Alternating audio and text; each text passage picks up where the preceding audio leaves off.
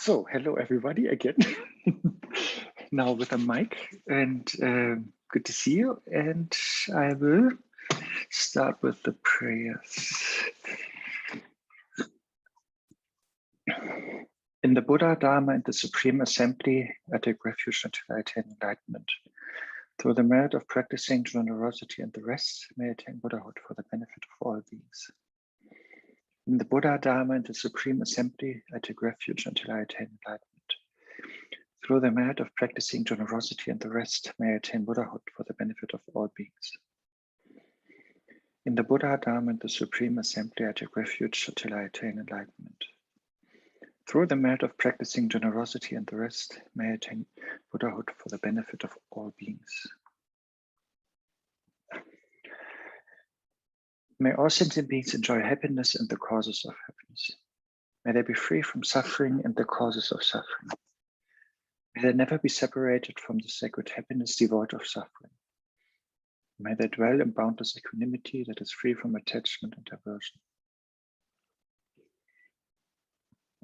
May all sentient beings enjoy happiness and the causes of happiness. May they be free from suffering and the causes of suffering. May they never be separated from the sacred happiness devoid of suffering. May they dwell in boundless equanimity that is free from attachment and aversion. May all sentient beings enjoy happiness and the causes of happiness. May they be free from suffering and the causes of suffering. May they never be separated from the sacred happiness devoid of suffering. May they dwell in boundless equanimity that is free from attachment and aversion. With skillful means and compassion, you were born in the Shakya clan. Unconquerable by others, you vanquished Mara's faults. Your physical form resplendent like a mountain of gold. To you, the king of Shakyas, I pay homage.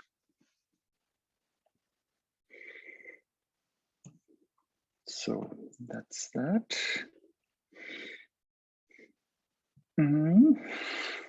Yeah, good to see you.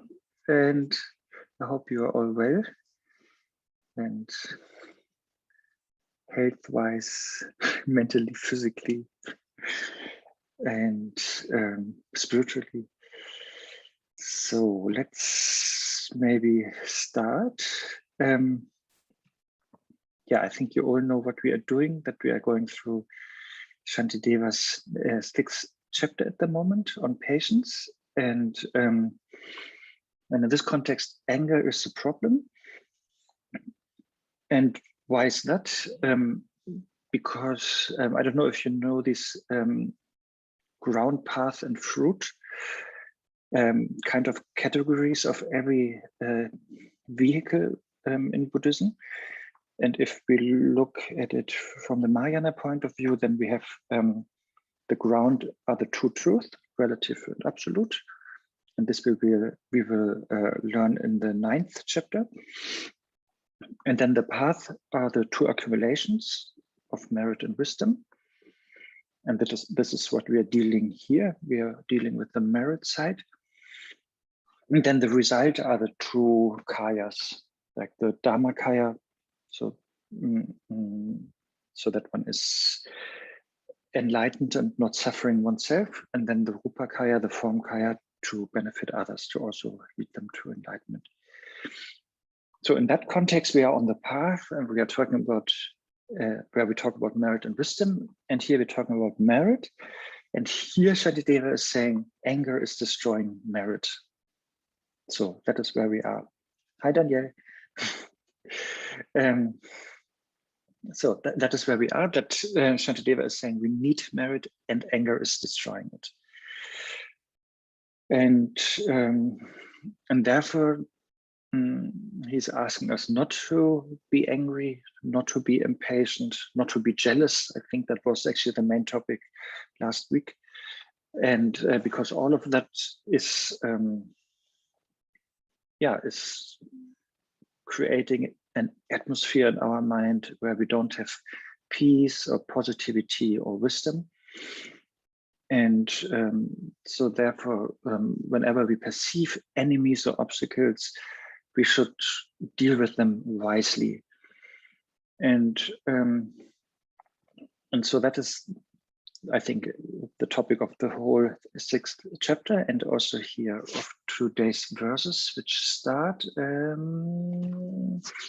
with number 102, which looks like this.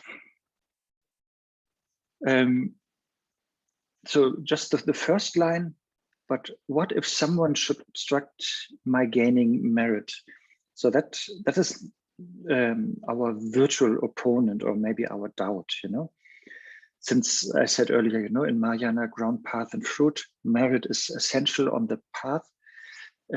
Therefore, we don't want that somebody is obstructing our accumulation of merit. That is a doubt that is mentioned here in the first line, and yeah, the background story behind that is,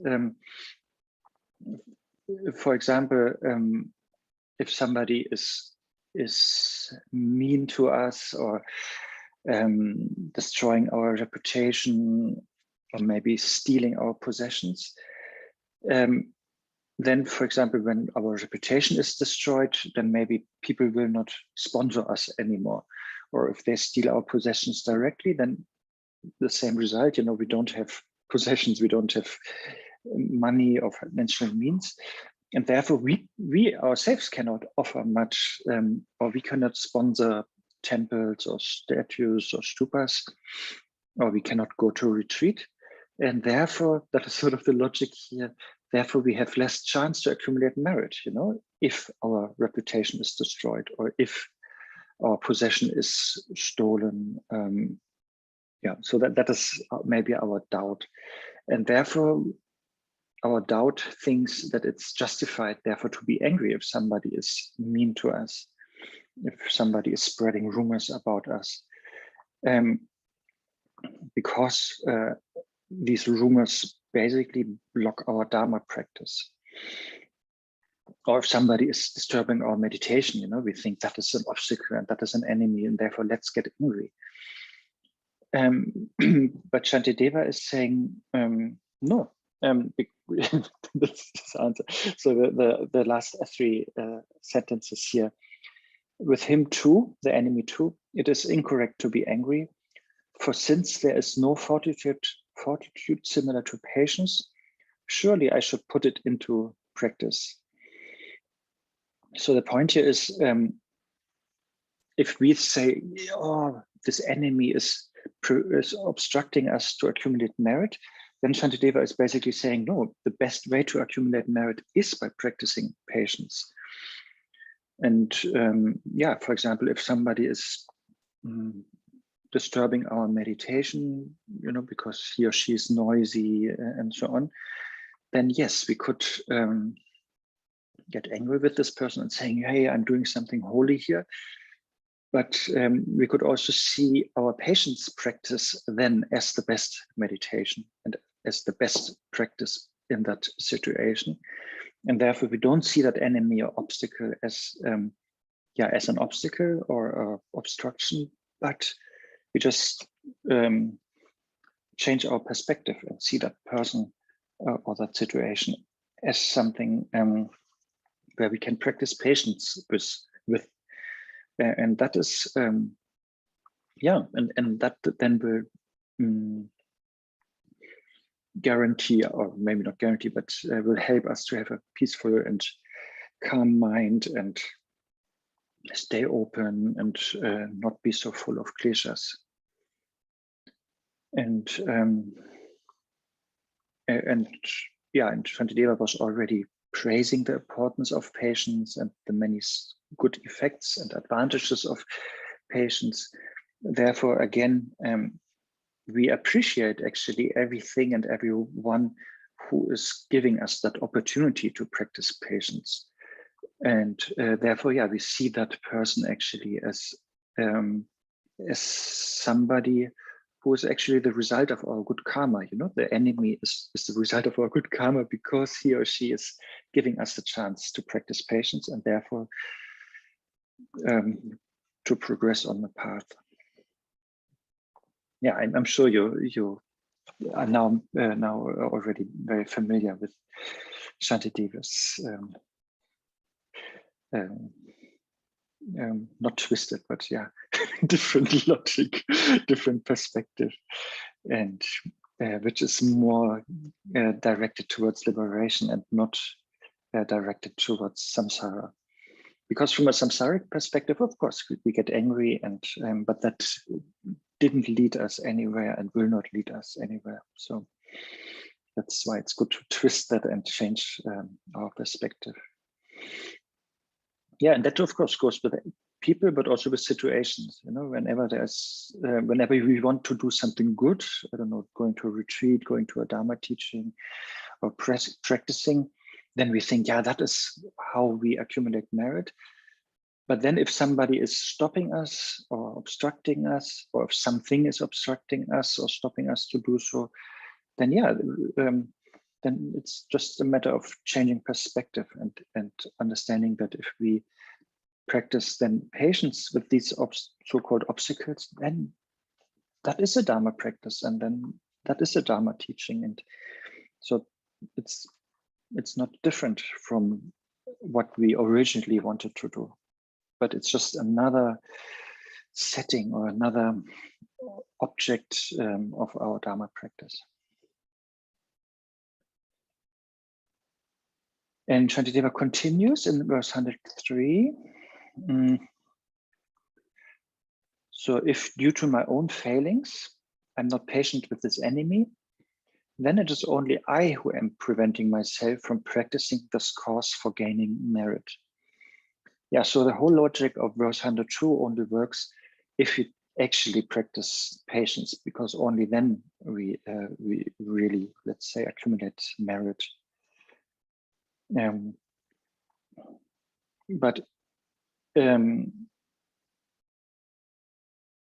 if it's the opposite, if we follow our negative or usual habits, like being angry with the enemy or jealous with somebody or irritated by whatever situation, and then we become impatient, and then yeah, then we stay in our usual dualistic perception of the enemy being 100% wrong, and the enemy is to blame. And yeah, then we don't have any chance to self-reflect and see our own failures or weaknesses. And yeah, then so if we are full of kleshas, like we have a jealousy attack, you know, then yeah, we would think, yeah, if this person wouldn't exist, then I could practice Dharma. So that would be our usual samsaric habit.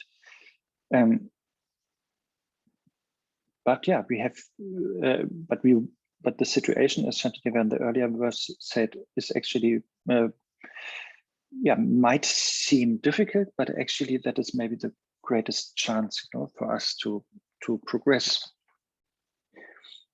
And then Shantideva is concluding, so if we lose our temper and if we get this these negative emotions, then that is the point where we actually destroy our merit.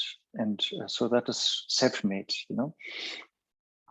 And then we are our own biggest enemy, our own demon or obstacle. And then, yeah, in the beginning of chapter 6, Shantideva was saying that already, you know, how much negative impact that has, you know, if we are angry, and how much merit is destroyed by that for so many kalpas. I mean, yeah, that was maybe pedagogically or figuratively only spoken, but a lot of merit will be destroyed by that kind of strong anger. And then, yeah, the only result of us being impatient is that we destroy our own merit, and by that we delay or postpone our own enlightenment. And therefore we actually, not directly sort of, but indirectly we are responsible for the suffering of many beings, because they are waiting for us to attain enlightenment. And if we delay that, then their suffering continues. So therefore, yeah, patience is very important, and anger is very destructive. So what do you think?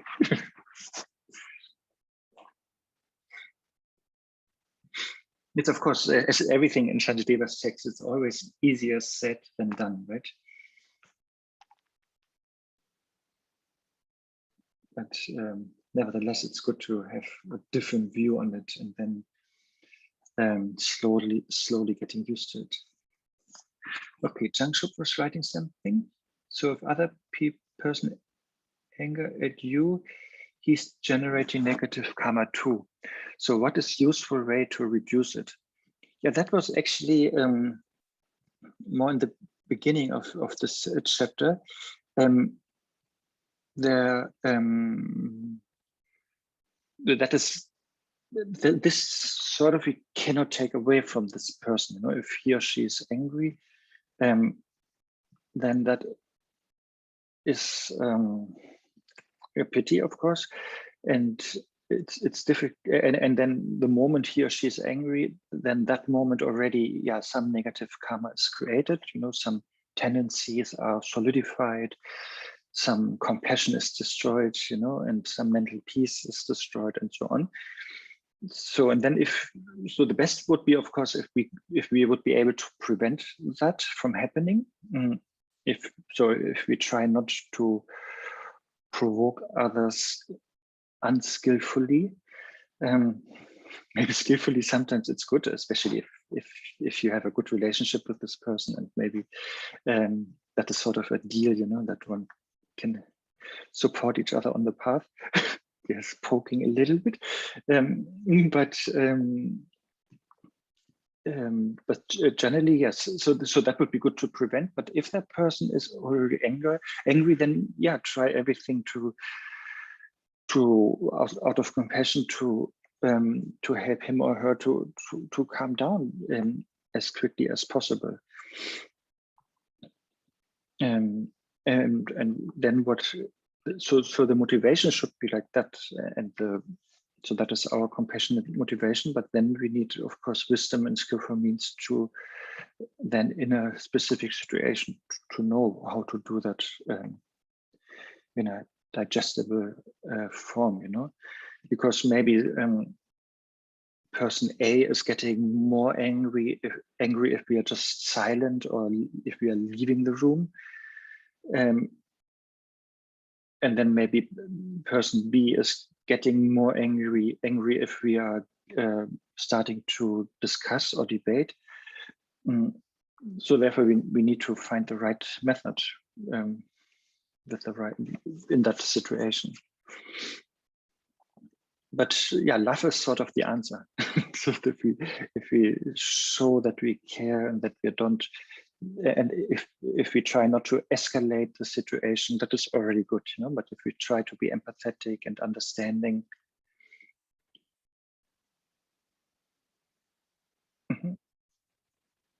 so that's, yeah, I think these general answers. And also we can, I think Shantideva is saying that also in sort of in the middle of chapter 6. Since the enemy is helping us to generate patience, he or she is very helpful on our path, and therefore, yes, we accumulate a lot of merit because this person triggered that difficult situation, and therefore we can dedicate the merit to this person. And maybe that is a good bridge to Katja's point here. Could you talk a bit about the practice of dedicating merit to avoid losing it? I'm always confused about how that works. Yes, I don't know either how that works. You know, it's like if it would really work, you know, then we would have all the merit, because the Buddhas would have dedicated all the merit already to all sentient beings, and therefore we would be overflowing with merit. And of course, I don't know about you, but I would not be in the state that I'm in. And so therefore, it can't really work so much in the sense that I dedicate my merit to somebody else, and he or she is really getting it. So that maybe to some extent, some positivity or good wishes are transferred. But it's definitely a mind training for us, because that was also part of the third chapter, that Shantideva is saying we are attached to three things, which is, I forgot, I think. Yeah, wealth and body and merit. So therefore, these three we constantly should dedicate and share with others. And even though if that is not immediately affecting others, but it helps us to let go of these three things, or in this case, what you asked, merit. So that is an important part, so that we learn to let go of whatever we like or whatever we treasure most. And wealth is, of course, very important for this life, and our body is very important for this life, but merit is very important for next lives. So therefore, we are actually learning to let go of the attachment to good future lives, which would be an obstacle if we would have that attachment to pleasurable future lives. And then another point of while dedicating merit, which will come a lot in the 10th chapter, of course, is that we dedicate the merit to a specific aim. So, and therefore, if we do that, then it is said that this merit lingers until that aim is reached. So, if I only dedicate the merit for the attainment or achievement of tomorrow's lunch, then after the lunch, sort of that's done, then it was nice and it was happiness, but it was very temporal and very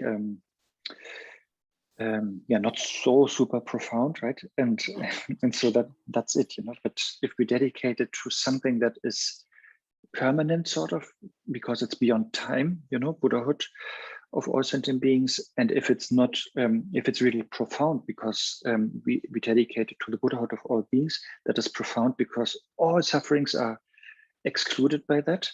It's not the small suffering of having hunger tomorrow lunchtime that is excluded or eliminated, but it's much vaster and much more profound and much more long lasting. So there are some criteria. Then it is said that this merit then is active until that aim is reached. So they assume we have that mental power to direct positivity in one direction, and then it's working in that direction until that is reached. And the classic example is, that even though I only have a drop of water, but if I keep it in my hand, then this might not work because you can't see it. You have red juice here. That would be very good. It's if you have a little bit water in our hand, then it goes through our fingers and we lose it. We lose the merit. But if we put that same amount of water, which is only teeny tiny, in an ocean, then it sort of mingles inseparably with the whole ocean, and then our little water or merit stays until the whole ocean is dried up. So therefore, it's also like a protection if we dedicate, and we have to protect it against anger, especially. I think that was maybe the main starting point of your question. And and anger is the opposite of merit, like very crudely speaking, or opposite of sharing or dedicating merit, because merit is something very positive, something that creates the atmosphere of the dawn of wisdom, and anger is very negative, and it makes the dualism bigger between you and me, and it is making the mind more dark, so we have less wisdom. So therefore, merit can be easily destroyed by its opposites, and therefore we have to protect it like that.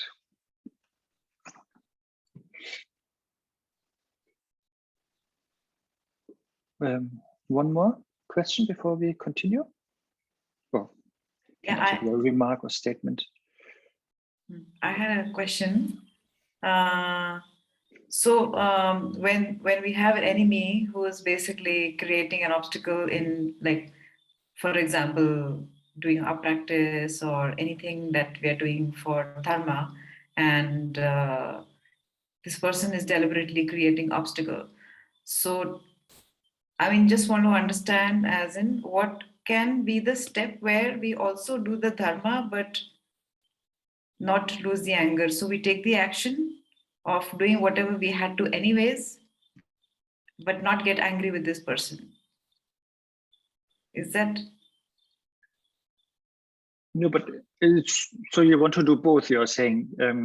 Yeah, well, I mean, I'm not getting angry with this person. This person is creating the obstacles in whatever that is. But we do whatever we have to do anyways. But it will anger the person who's creating obstacles. So will that also work against the creation of merit or in this situation? I think I don't get the Okay. Sorry, can you try again? So there is X person who is like really creating obstacles, and the Y person is really wanting to do something, wanting to go somewhere or do a particular task, but this X person is like kind of creating obstacles, is not liking it, and the Y person is really wanting to do it, and the Y person does this anyway, goes ahead, but doesn't lose patience or doesn't get angry with X who's creating the obstacles. Okay, but that without the bad motivation of not getting angry, but doing it anyways. But on the other hand, this person who's creating the obstacles gets upset and angry anyway. So are we also responsible for that? For the anger of this other person? Yeah, the person who's creating the obstacle. Like if the person gets angry anyway, and we don't get angry about this person creating obstacles, but go ahead and do what we have to do anyway. But we've created that anger within X person. So are we also in this equation? Like, do we also have to, you know? But you just said we created the anger in this other person. So we did something that we didn't create. This person is anyways angry and does not want us to do a particular thing or want us to go ahead with anything or make us do anything. But why is come to a situation where, whatever you say, I'm going to do it anyways, and I'm not going to get angry. It's okay, you get angry. It's fine. It's your whatever. But I think that it sounds healthy, but still we can try to help the other person to be less angry. No? So even though he or she has no right to actually say something against our endeavors, and he or she is not in the position, but we at least can try not to escalate the situation and trigger more anger.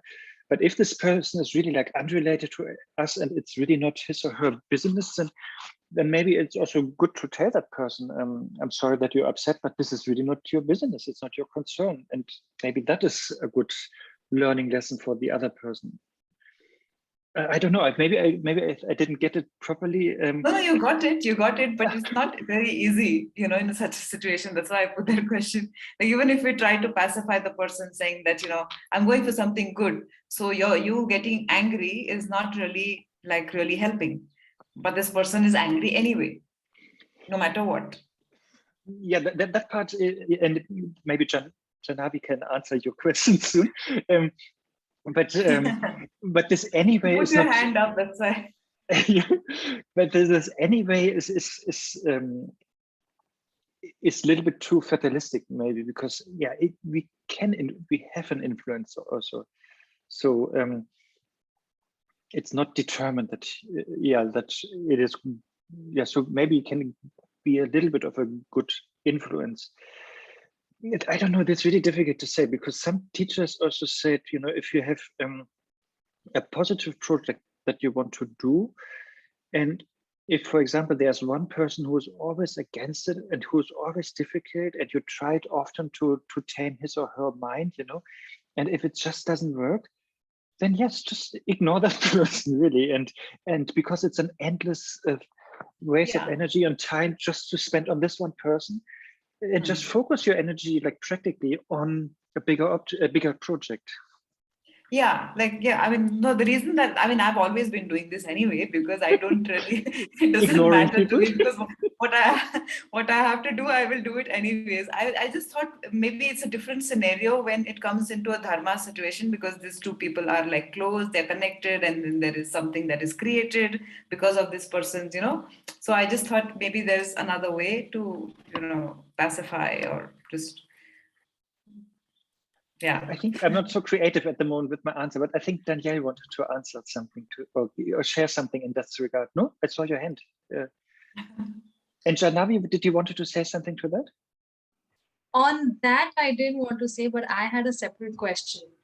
Okay, but let's see. I will do, Pallavi, I will have it in mind, and maybe later I will. Yeah. Something more substantial. I mean, and it doesn't need to necessarily have an answer, but I just thought, like, is it different in the dharma scenario where somewhere we are like a little bit of responsible in creating this anger in somebody else? That's my only thing. That's why.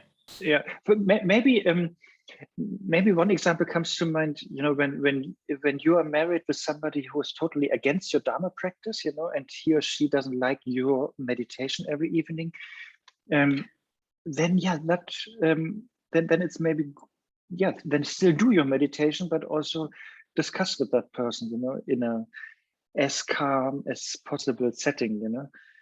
I mean, we cannot let other people's kleshas dictate our life, you know, and stop doing positive things. Definitely not. And sometimes maybe it's good to ignore this person, and sometimes maybe it's possible to talk with this person, and maybe everything takes time. So maybe instead of the 3 hours you wanted to meditate, you only do 2 hours and 20 minutes or something, you know, and start with some compromises. It all depends also on your relationship to that person. Yeah, that's why I think it's super difficult to, maybe that's why I'm justifying my blockage here, because it could be so different scenarios. But yeah, it will work still. I will process it in my mind still. Let's see. Janavi, what was your point? Yeah, I was just wondering that, you know, with regards to dharma, if there is an abusive parent at home, how do you deal with that? Like, you know, because time after time you're trying, you're holding on to your patience, and, you know, every time something you go to do, there is an obstruction in between or something negative being said. I mean, ignoring is one, but, you know, if you are day in, day out with that person, and, you know, the parent is just, you know, like, I don't know. I have heard so many people that it's for you to,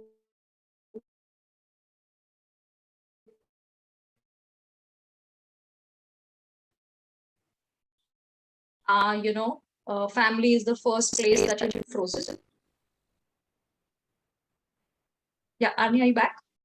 Yes, sorry. Yeah, maybe the last minute. So yeah, you have this. Let's say there's a parent. So yeah, so it is said that in dharma, your family is the first place that you practice, you know, this thing. But I mean, you know, sometimes I find it very difficult to deal with my parent, like my father, and it's just, you know, like it feels very unjust. Like whatever you do, how much ever you keep quiet or whatever, like there is so much abusive behavior also coming through, like, you know, aggressive, passive aggressive behavior. How do you then deal with this?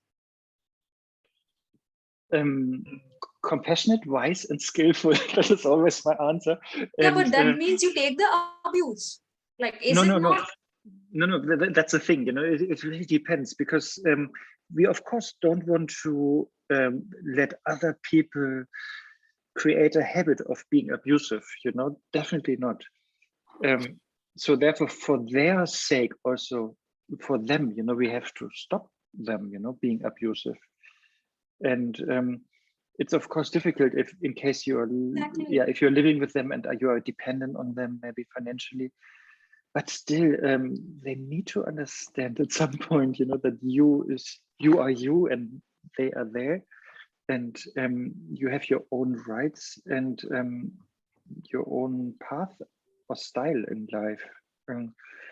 But yeah, also, I mean, it's so. But my point is, it's of course good for you and people around you if you can do your meditation, and it's also good for them if you sort of, yeah, if you generally make them stop being abusive. Yes, but that is super difficult. Yeah. Yeah, it is, because how much ever you ignore and you just keep quiet, or sometimes like I have so many times made a resolve to myself to not get angry when something like this happens, and there I am again when something like this happens. I'm holding, focusing on my breath, and then when it goes over the top. So I mean, what do you still then do? Because the merits, and I know the merits are going, but I'm okay to let the merit go in those moments, like I don't care, let it go. Yeah, but I mean, definitely for yourself, just if we forget the others, then yeah, patience is definitely the answer. But really, patience doesn't mean to be passive, but just that you are able to remain a peaceful mind, that's all, and that is a strength. So it's not like weakness where we just passively let bad things happen. So that is definitely a general advice, so that you can stay peaceful and calm and open and compassionate and wise. Therefore, patience, definitely for oneself, is always good. Just to differentiate. But then how you react to the other person, that is a different thing, But for your own sake, for your own practice, and that is what Shantideva's main point here is, yeah, don't get angry, because it's just destroying you so much. What do you think? But it's so difficult, because if you live with these people, it's much easier if you only occasionally have enemies, then you have many more methods and many more spaces and dimensions. Right. So then one of the thing is that I'm also studying the Buddhist philosophy. So I'm just going to now Kalimpong, shifting out there. So I was just thinking whether I am running away or escaping, but it's been quite some time that I've been giving it a try. So I was just thinking that then would that come under, running away from your lessons or escaping your lessons, because it's just so difficult, like sometimes you just don't have the wisdom and means to deal with such people.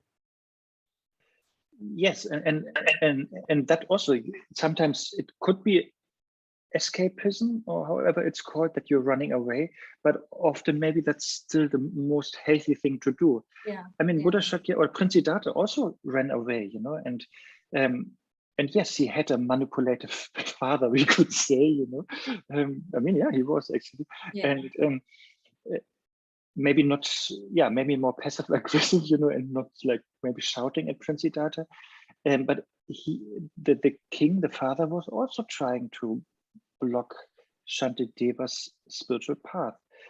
And yes, there could have been the option that Shantideva was strong enough, maybe, and could have dealt with that difficult situation and staying in the palace, but he chose to not do it, to find a more conducive environment. And that is also a big topic in chapter 8, that we need a conducive environment, and that is, and it could be people, but Shantideva is actually more talking about solitude, like what Buddha Shakyamuni also did in the end. He was not going to the city or to a temple to meditate, but he just went to a tree, so therefore, yeah, I would. It's generally it's difficult to judge what is better or worse to do. But if I have the chance, for example, in my life, and something negative or difficult happens, then yes, I of course try to activate all my wisdom, compassion, and skillful means, and try to stay in the situation and deal with it constructively. But quite often it's overwhelming, and then it's better to keep a distance, And Buddha Shakyamuni, let's say, did that, but also with the promise and the wish to come back, once he is stronger and once he is more able, and he did that. Of course, yeah. Yeah, so therefore you are leaving sort of in good terms, it's neither good for, let's say, the king, nor for Prinsiddhartha, nor for all sentient beings, if he would just stay in the palace and be manipulated and brainwashed. But and then, short term, it was, of course, very shocking and maybe painful that he left. But in the long term, it was better for the king even, and for Prinsiddhartha, and for all sentient beings. Right. Yeah, so, yeah. Okay, thank you. That settled in quite well. So, thanks a lot.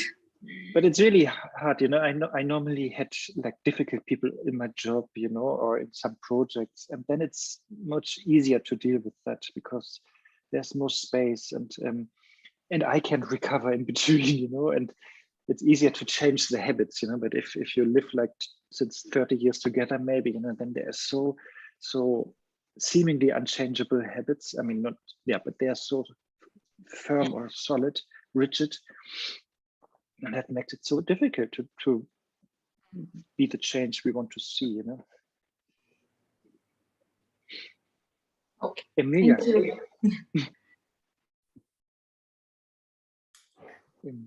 Well, I am not psychologist, but I actually have been in abusive situations, and one at work, and I read about it, because it goes, it's not just the occasional irritation. People, when depending on the style of abuse, can be the silent abuse, can be the shouting and so on, but they take one as a target and work on the destroying the self-esteem of the person. That's the mental disease. And then once it's destroyed, they move on, but there is a target. And then I also read that once you've been in that experience, other abusers actually recognize you, and they actually have experiments like showing they can identify people who have been victims of abuse. But then when the literature I read, because it was a very complicated situation. I had just moved to Sweden, and a year later I had someone shouting at me, and the common advice, I didn't find anything different from all the different places. They just say, leave. It's because it goes as if it goes undermining your core, and as much as you love the person, but and I moved to a different department, and I couldn't stay in that place. Wouldn't be healthy. Would just totally the mindset. And this was before embracing Buddhism. But anyway, even if I had already embraced, I don't think I would have stayed. I would try to protect myself in that way, but in a loving way.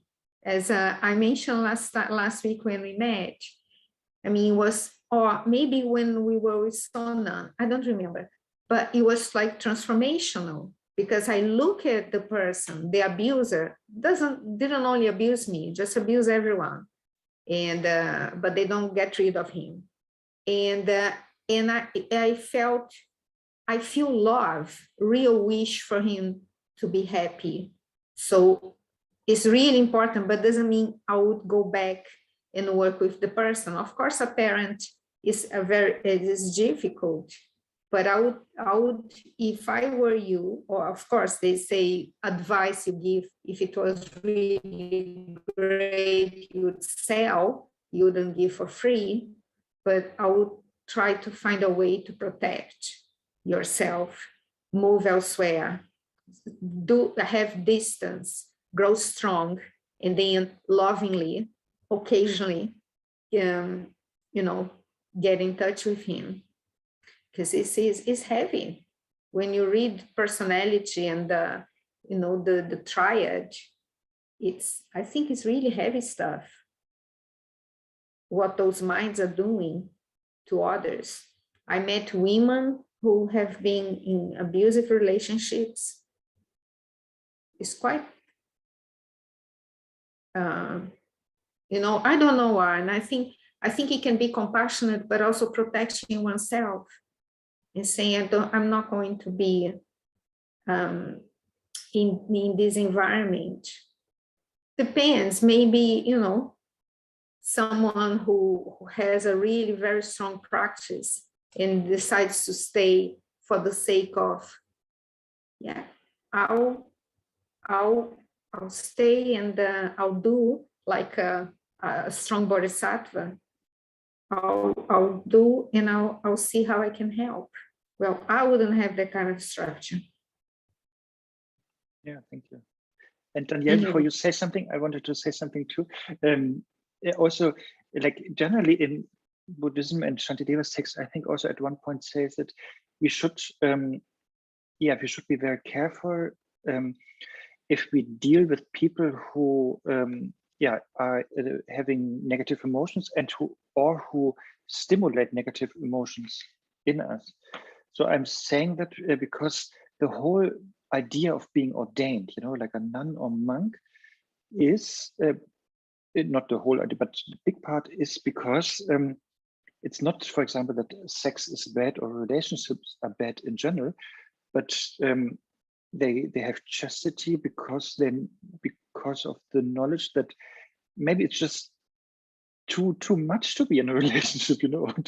There are too many emotions coming up, you know, like desire or lust, you know. Because now we talk a lot about anger, but the opposite, like desire or lust, is also a problem from Buddhist point of view, and therefore it is commonly accepted, you know, to get ordained, you know, and just avoid those situations that are not conducive, you know, like let's say relationships. And they distract you from the path basically, because you're trying to build on something and do something, and it just keeps distracting all of these things. Yes, and therefore, I think generally, if possible, if you see that it's just overwhelming, you know, the situation that you are in, and you just don't have the power or the skills or the abilities to transform it into something positive for all, then it's very legitimate on the Buddhist path, you know, to keep a distance, you know, like, you know, the whole what is it? The whole tradition, you know, of being ordained is that, you know, it is leaving the situation that is difficult, you know. Danielle? Yeah, just to follow up Janhavi's situation, having lived through something kind of similar, in my experience, having withdrawn from it for several years, I've now been able to come back in and really be of service, really be present, like authentically not carrying the stuff to them. And the reaction and the response is so positive as well. So there was a big gap, but it doesn't matter now, because what's here now is so good. And it was quite a cut, you know, a definitive cut for X number of years, but I can really be there for them now. They're quite old, and I'm really there for them, like authentically, and it's really nice. So just to let you know, even to do that doesn't mean a once and forever. Yeah, thank you. Like Prince Siddhartha, who came back as the Buddha, like now the stronger and more powerful and compassionate and wise Danielle, and then you are of much more benefit. And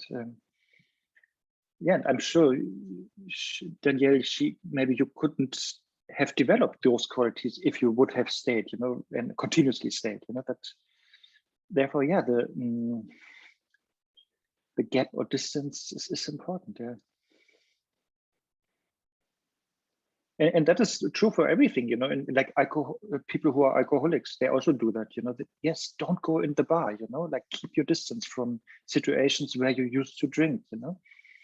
Yeah, and I do that. I think I heard that is the advice, sort of, like in every day, whenever I come to a difficult situation, then yeah, let's try the highest method, like Trokchema Mudra, and then if that doesn't work, then downgrade a little bit your approach and try Vajrayana. If that doesn't work, try compassion and so on. If that doesn't work, leave, practice renunciation, and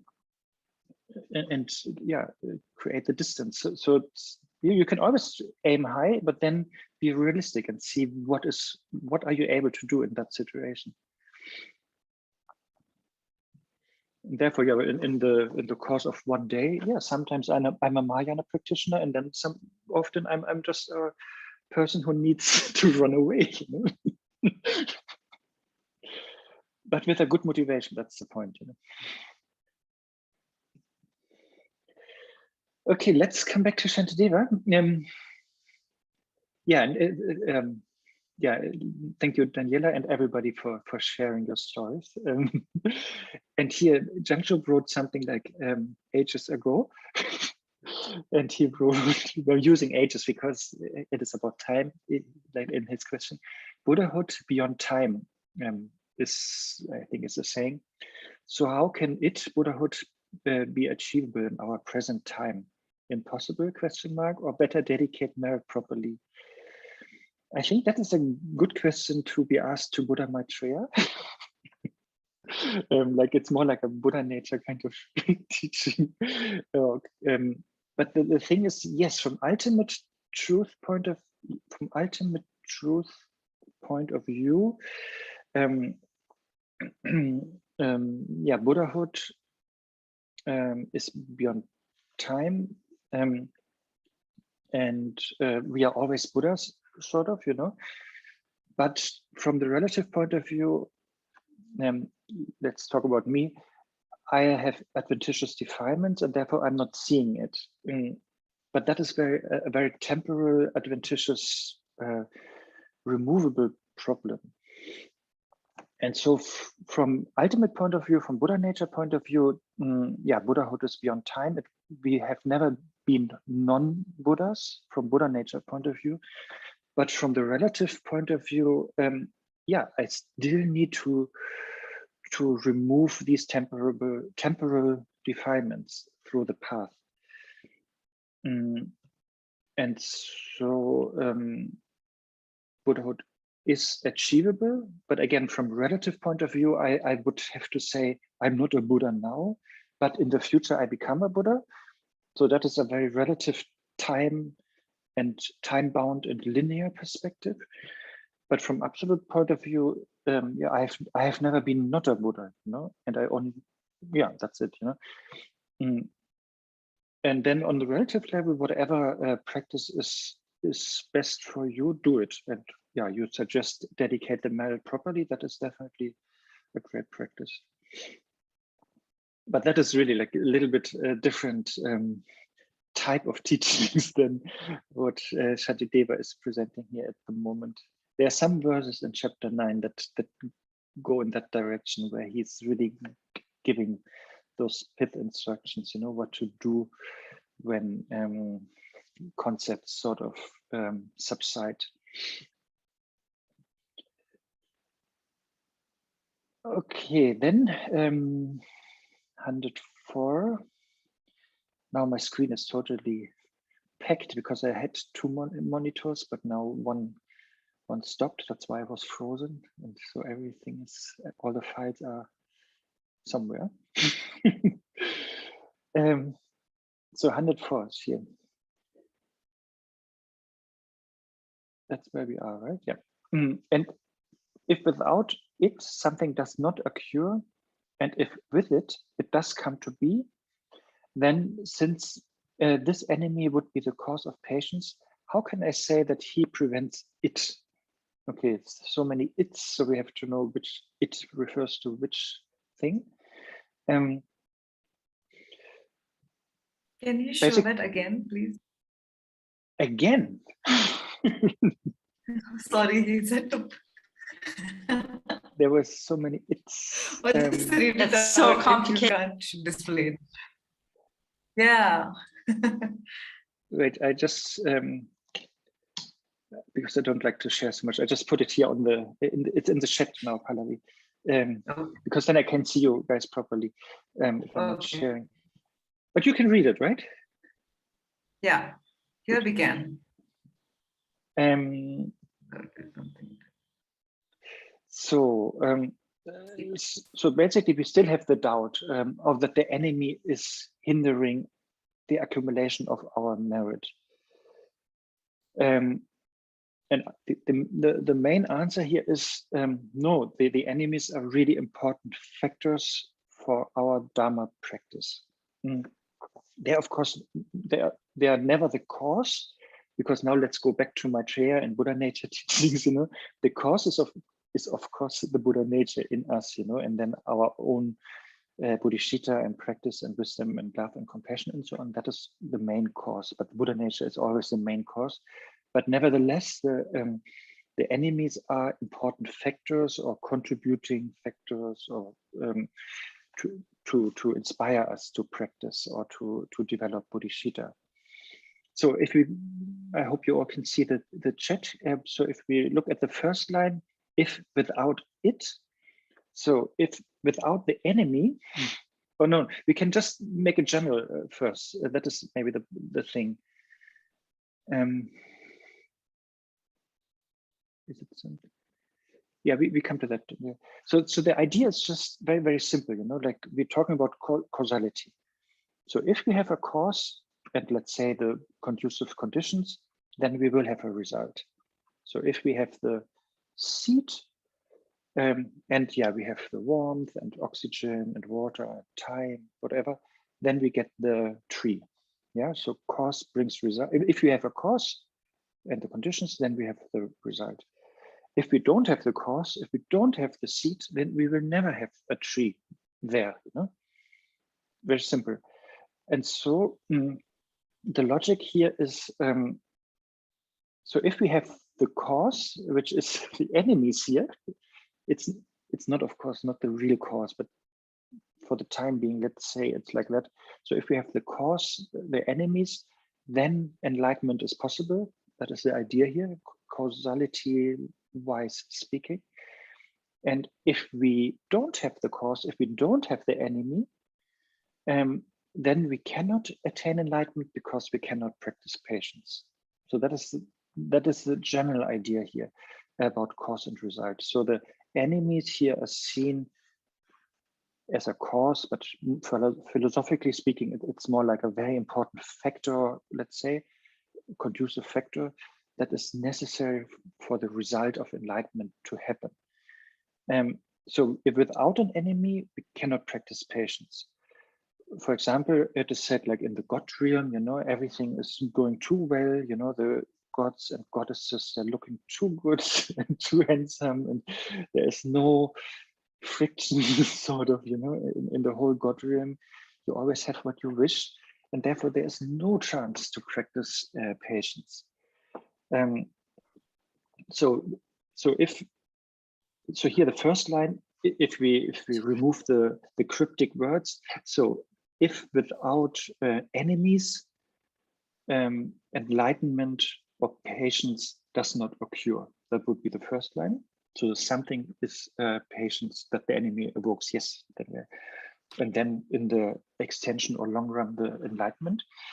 And then the second line, and if with it, so and if we have an enemy or obstruction or problem or challenging situations, the patience comes to be. Yeah. So if there's an enemy, I have the chance to practice patience. Again, if we use Janhavi's overwhelming situations, then that is, that happens. As I said, daily in my life, it happens that something is overwhelming, and then I cannot practice patience. But Shantideva is more talking about this workable situations here. Third line, then since this enemy and enemy is not in the root text, that's why it's in brackets, would be the cause of patience. Again, from debate point of view, of philosophy point of view, yeah, I think Abhidharma point of view, basically, they're not the cause, but they are a very necessary condition, let's say, like a teacher, a guru, you know, is also not the cause for our enlightenment, but she or he is super important, a super important condition on our path.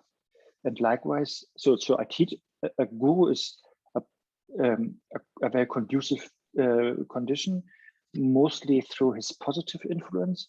And then sentient beings can be a very conducive condition because of their negative behavior towards us in this context. Yeah, if patience is our aim, you know.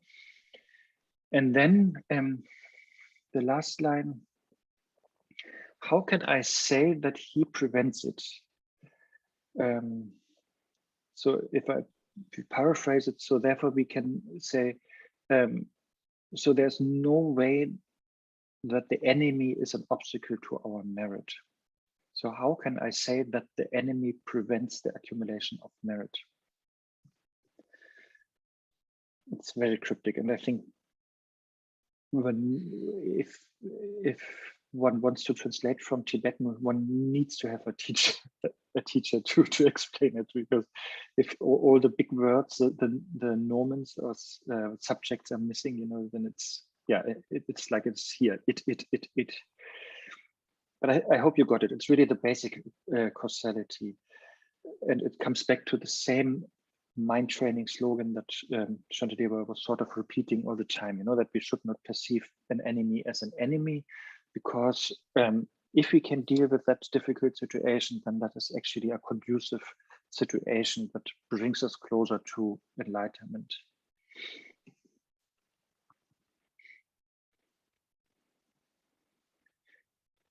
Okay, then the next one, 105, maybe I just copy it also in the chat. Yeah.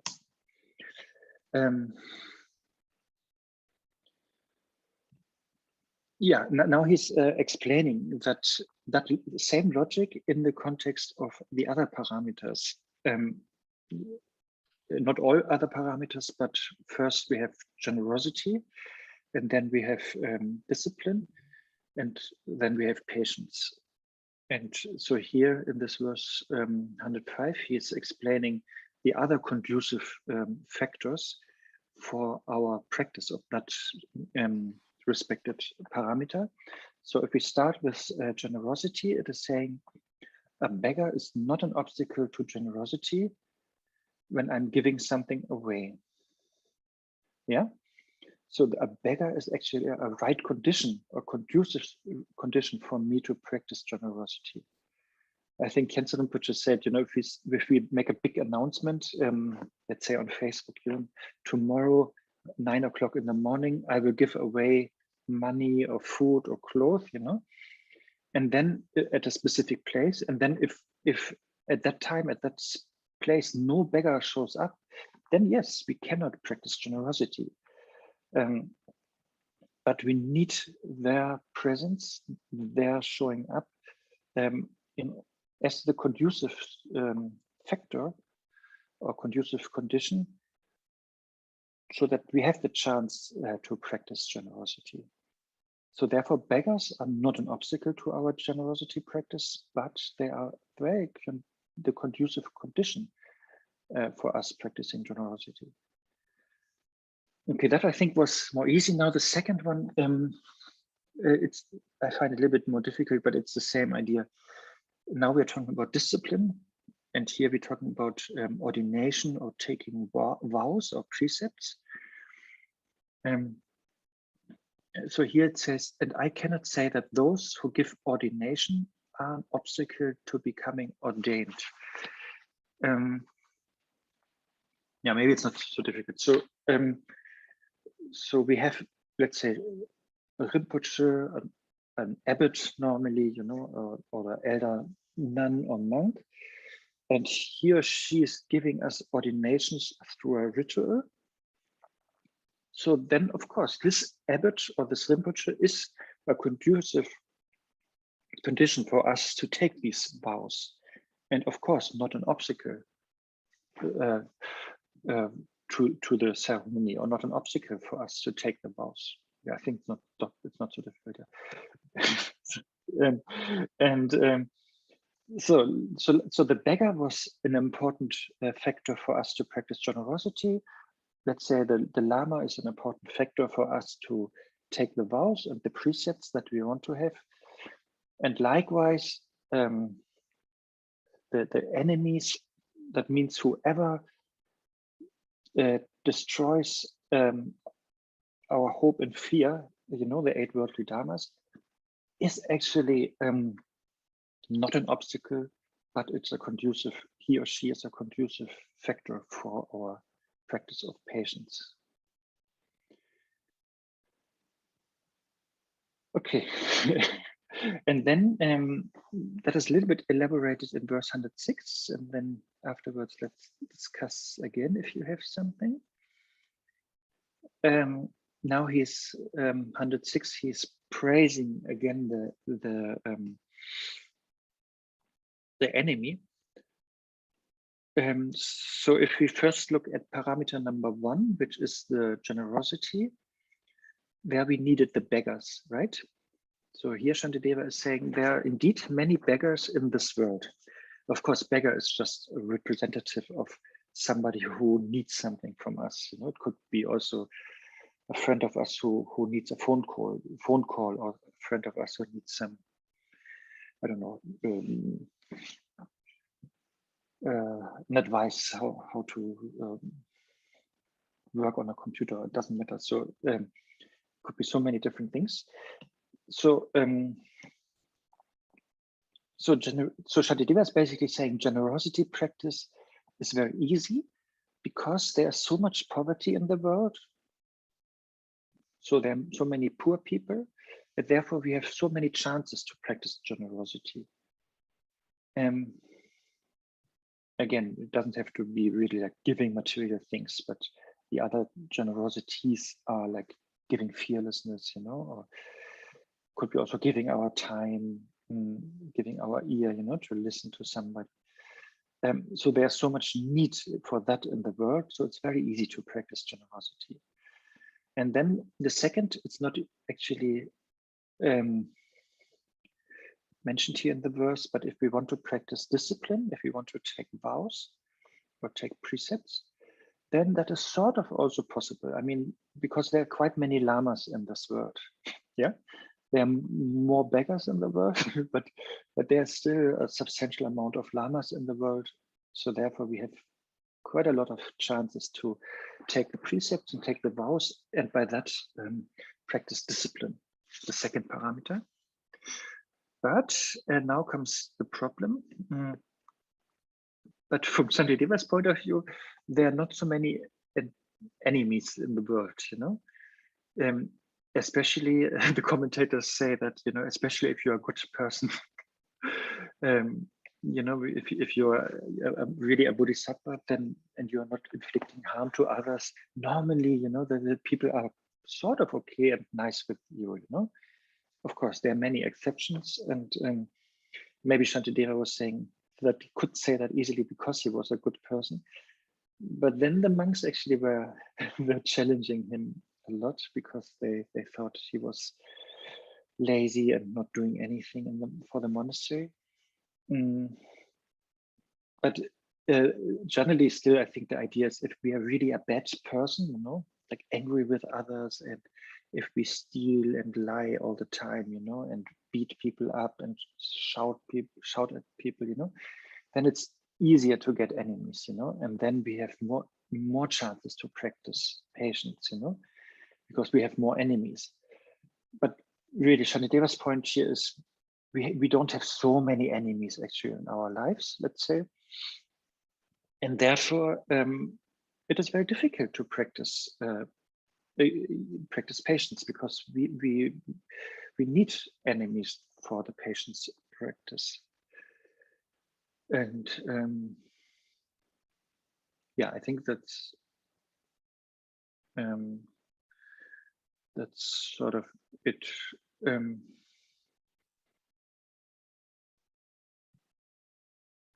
yeah, in the commentaries there are many examples of the opposite, or not of the opposite, but for how it is if you are really a good person, and then how much you actually can tame the mind of other people. I think Jungshub in the very beginning asked something, right? How we can maybe deal with somebody who's angry with us, you know. That is, of course, if we really have a lot of experience or realization of bodhisattva, as I said in the commentaries, many masters are mentioned, you know, who have that ability, then by that bodhisattva, you can really subjugate the negative emotions of others. You know, you have that, I think in Vajrayana, it's called this authentic presence, you know, this majestic thing, you know, that is really like overpowering the negativities of others. That would be, of course, ideal. And yeah, examples there are like Buddha Shakyamuni, you know, who his cousin Devadatta wanted to kill Buddha Shakyamuni by sending like a mad or drunk elephant to Buddha Shakyamuni, but he could just, through his bodhisattva or presence, could tame the elephant and who sit down in front of Buddha Shakyamuni then. Or maybe you know the stories of Milarepa, you know, when there was the hunter, you know, and then there was the deer that was hunted and that was full of fear, and then came the dog who was full of anger, you know. So and Milarepa, through his bodhisattva, could transform both their minds, you know, and so they were sitting peacefully next to him, you know, and without fear and without hope or anger, you know. And then also the hunter came, you know, and he was also not amused. Then Milarepa could also deal with that, you know, and the hunter became a disciple. Yeah, so bodhisattva basically has that power, you know, to not only calm our mind, but also, yeah, not only have this transformative effect on our mind, but also on the people around us. And yeah, if so, and the point here is, since and maybe because he was talking to good monks in the monastery, so if these good monks have really good practice of bodhisattva, then it's very difficult for them to find enemies. And therefore, if they find enemies, they should use the chance and not get angry, but use the chance properly by practicing patience. So that is the whole idea here. There are many beggars, therefore generosity is easy to practice. There are quite many lamas, therefore it's easy to get the vows and practice discipline, but there are not so many enemies in our lives, therefore it's difficult to practice patience. Is there something you want to discuss on that?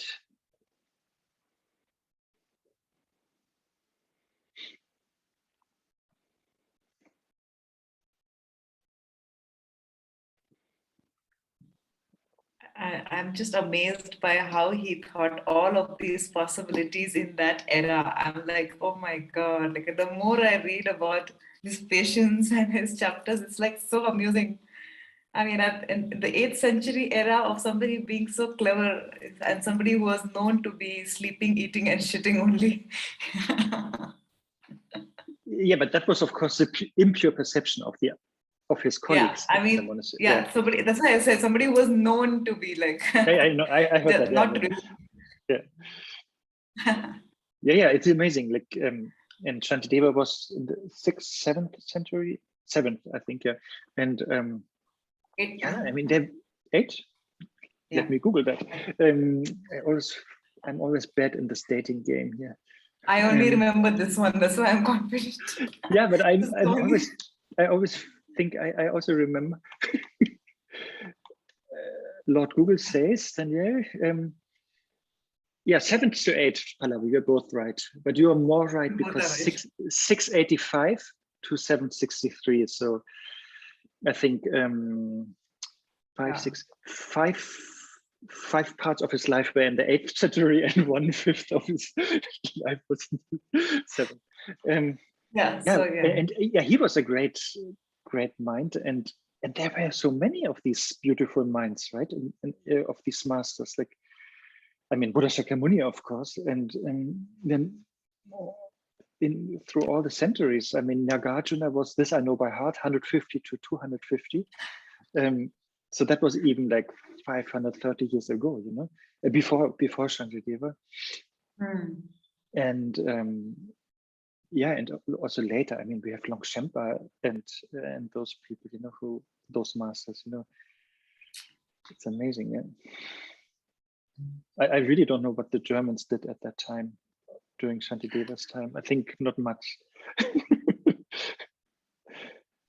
They were I'm sure they. What? They were polishing their skills. I think they were never really eating each other, so that kind of discipline they had. But apart from that, I think it was not very cultivated, you know. But I have to look into it.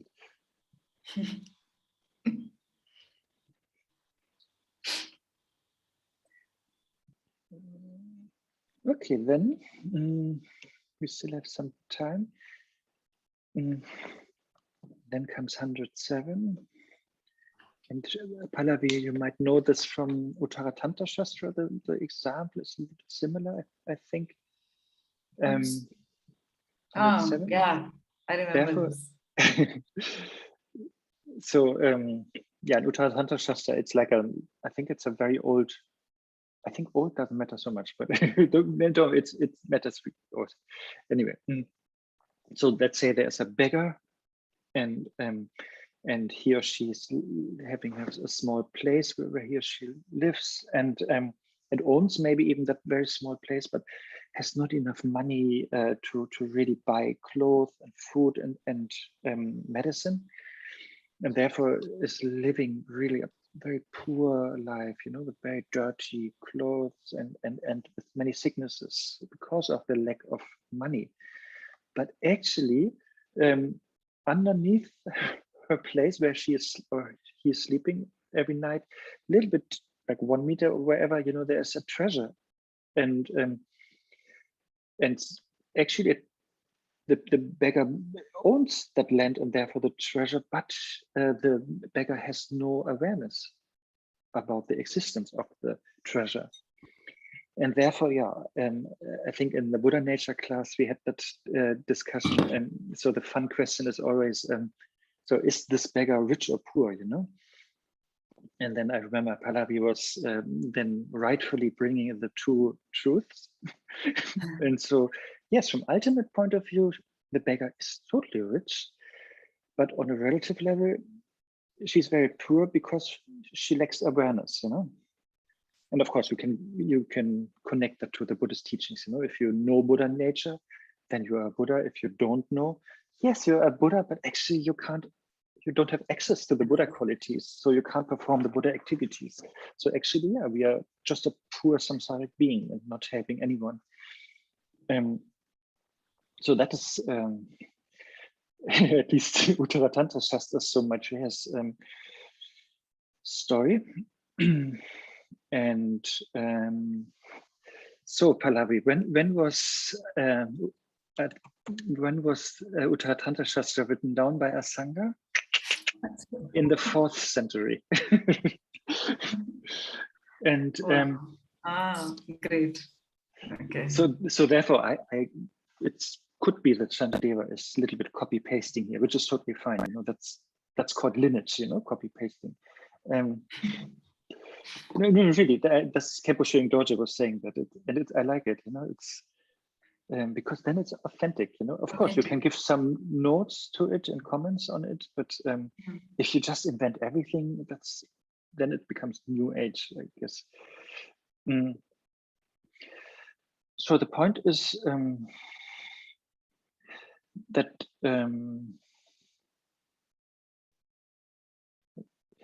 if we now understand what the enemy is really doing, so back to patience, when we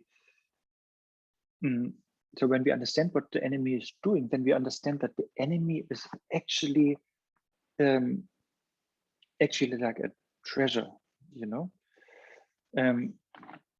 So it says here, therefore, just like a treasure appearing in my house without any effort on my behalf to obtain it, I should be happy to have an enemy, for he or she assists me in my conduct of awakening. So yeah, we don't even need to make an effort, you know. We can just sit at our house, you know, watching TV, and then suddenly, I don't know, we know about that there's a treasure beneath our house, you know. We get a phone call, I don't know, or whatever, doesn't matter. And then suddenly in one moment we become rich, and our whole life will change, and it's a cause for celebration. And the same is also when we get an enemy, and normally for an enemy, I mean, to get an enemy, we also don't have to put so much effort, you know, that happens spontaneously, effortlessly, and rarely also. And then in that moment when there's an enemy, then immediately also we have, you know, before we became rich immediately, and now we have immediately the chance also to become rich in our patience practice. So therefore the enemy is precious and rare, like a treasure like that. And I think also there we have a couple of examples. I always forgot Khyentse Rinpoche, who wrote the 37 Practices of a Bodhisattva. I think he also had some of these mind-opening experiences with enemies or difficult situations. Definitely what I remember is Gampopa, who was a doctor and had a wife and kids, I think, and then they all died. So that was the difficulty, that was the enemy, and that triggered him to think about something else, you know, and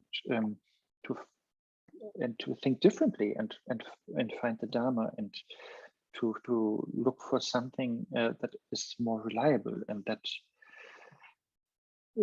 is of course realization, or seeing the truth. So that really, this difficulty, this enemy of I think it was a disease or something, I forgot. So the death of his family was triggering him, you know, even though it is something very tragic and very negative. And there was also one Lama, I forgot his name, but he was robbed, I think, at some point. He was quite rich because not because he was a very bad Lama, but so that was not his aim. But yeah, in Tibet, if you have been a very good Lama, you know, then yes, you get a lot of offerings. So the Lama was very rich, and then at some point he got robbed and was completely poor. And then, yeah, I think maybe he had a little bit of attachment, of course, to the wealth. And then he decided not to become rich again, but completely renounce the world, because yeah, he was totally poor, and he understood, yeah, it would take so much effort and so much worldly and mundane activities to come back to where he has been. And then he decided, yeah, to take that as a lesson or teaching, and so he became like a yogi in the solitude, and he also, in the end of his life, he was really saying that this robber was really my real Lama, because thanks to him I became a real yogi, and yeah, I overcome many of my negative emotions, and therefore yeah, I'm safe, sort of, you know, I will not take bad rebirths anymore. And maybe the most famous is Atisha also, who deliberately took his enemy with him, you know, this Bengali tea boy who was very annoying.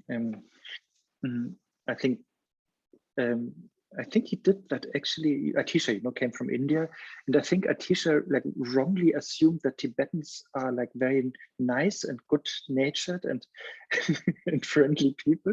So therefore, he thought, okay, I should take one patience tester with me, and so it was his tea or cook, and so he took this very annoying and short-tempered Bengali man or boy with him. To like push Atisha's buttons on a daily basis, sort of. And yes, Atisha was. So that is different from me, because I get overwhelmed, if I have difficulties, and then it's good for me to escape a little bit, or go somewhere else, but Atisha is a different caliber, so he could actively invite trouble, to and then use it. So that's a possibility also.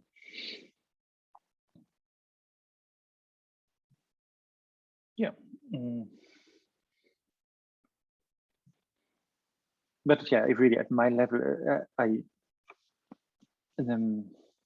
I'm looking for friends who are supportive and positive and conducive, because there is enough problems or challenges in my life anyway, so I'm not actively looking for more.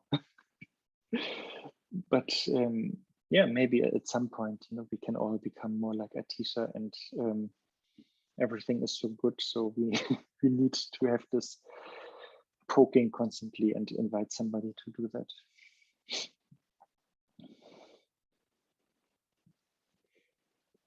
So I think we made it. And we are coming a little bit sooner or later, we're coming to the end of this chapter 6. I think we didn't cover so many verses, but it doesn't matter, I hope. So thank you. And yeah, let's dedicate. I think we talked a little bit about dedication.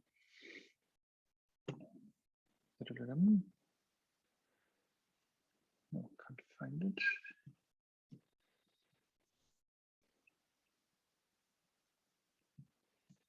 Yeah, and if we, when we come to the chapter 10, I think there are like 3 or 4 subheadings of chapter 10. And one is even dedicating for one's own benefit. And I forgot a little bit. One subheading is we benefit for the sake of all sentient beings. And one dedication is that we, we dedicate for the benefit of all sentient beings, and we dedicate for the longevity of the Dharma. So here we have these 2 prayers, and one is for the sake of all sentient beings, and then the other one for the longevity of Dharma. By this merit, having attained omniscience and defeated the enemy of wrongdoing, may I free all beings from the ocean of existence with its tumultuous wave of birth, old age, sickness, and death. May I in each and every lifetime carry the weight of Buddha Shakyamuni's teachings. And if I cannot bear that weight, at the very least may I be born with the burden of thinking that the Buddha Dharma could wane. Oh, and I forgot one thing, and Khyentse Rinpoche is quite often actually talking about it. Aspiration is a big thing also. If like maybe what Danielle did or what Prince Siddhartha did when they left the family, so the aspiration, so based on the acknowledgement that I cannot deal with this situation constructively, nobody is benefited here in this situation, and then Rinpoche is really praising the power of aspiration, so that we then aspire to be able to deal with those kind of situations, and that we aspire to be of benefit to those negative or difficult people. That is also a big thing that we should do, he says. I forgot that. Okay, thank you everyone, and thank you for sharing. I have a question. I was just wondering that when is the next session happening and where will you put it up then? So when, I don't know yet, but it will be in October. So much I know. And it is always on the Data's Intent website, but if you give me your email address, I can also put you on the list. Do you have my email address? No, I don't have. Can you share it with me? Yes, there are many, but this one is the easiest here. Yeah, just write me and then yeah, I put you on the list. Yeah, it's I don't have so much regularity in life, and and also I'm organizing other events with teachers. And for example, today, Pallavi, I asked Carl for his his dates for November. So I asked these teachers first, and once they confirm their dates, then I'm coming up with my dates, and then I'm posting them. And so it's very irregular, but I always try to have 2 sessions per month. In August, I managed 0 sessions, but that had other reasons. But in September, we had actually 3 now. So, okay, thank you guys. Take care. Thank you all. Thank you, Arne. Bye-bye. Ciao, Bye. everyone. Thank you. Ciao.